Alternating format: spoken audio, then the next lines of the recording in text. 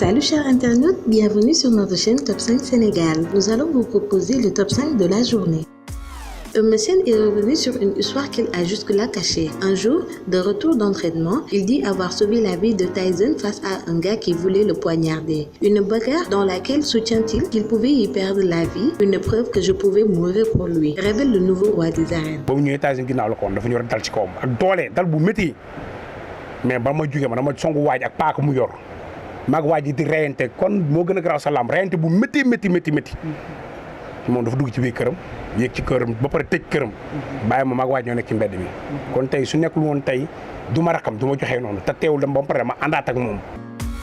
Deux pèlerins de retour de la Mecque ont perdu la vie dans un accident de la circulation. Selon les informations d'AZ Actu, l'irréparable s'est produit cette nuit vers minuit à Sindia. Le véhicule qui transportait ces pèlerins de l'AIBD vers Mbour a heurté un camion en panne stationné sur le bord de la route nationale. Deux autres personnes sont blessées dans l'accident. Elles sont dans un état critique. Selon les témoins repris par le site d'information, informent que les victimes seraient proches de la famille de Thierno Cheikh Tidiane Baro de Mbour. Le président du Parlement de la CEDEAO n'a pas manqué de se prononcer sur le rassemblement de l'opposition qui a eu lieu le mardi dernier devant le ministère de l'Intérieur. Moustapha Cissé Lo préconise la prison aux membres de l'opposition s'ils ressortent dans les rues. J'ai vu tous ces gens fuir. Nous sommes dans un pays de droit. Il faut respecter les décisions de justice et prendre un peu de hauteur. S'ils ressortent dans les rues, on va les mettre en prison. C'est simple, a dit M. Cissé Lo.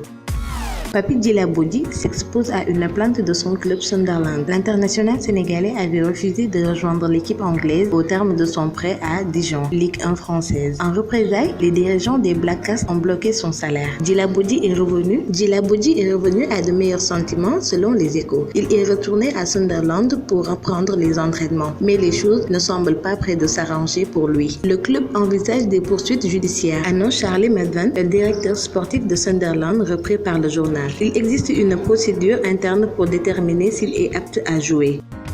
Comme tous les mercredis, hier, le tribunal de grande instance statuait sur les dossiers en correctionnel dans la grande salle de temple de Thémis. Un homme sorti du public est entré dans la salle avec son couteau pour menacer les magistrats. Finalement, il a été maîtrisé par la sécurité après quelques minutes d'échange houleux. Ce visiteur inhabituel a provoqué la suspension des travaux au palais de justice durant toute la journée d'hier. Aux dernières nouvelles, le bidon qu'il avait avec lui contenait ce qui semble attester qu'il était ivre comme un Polonais.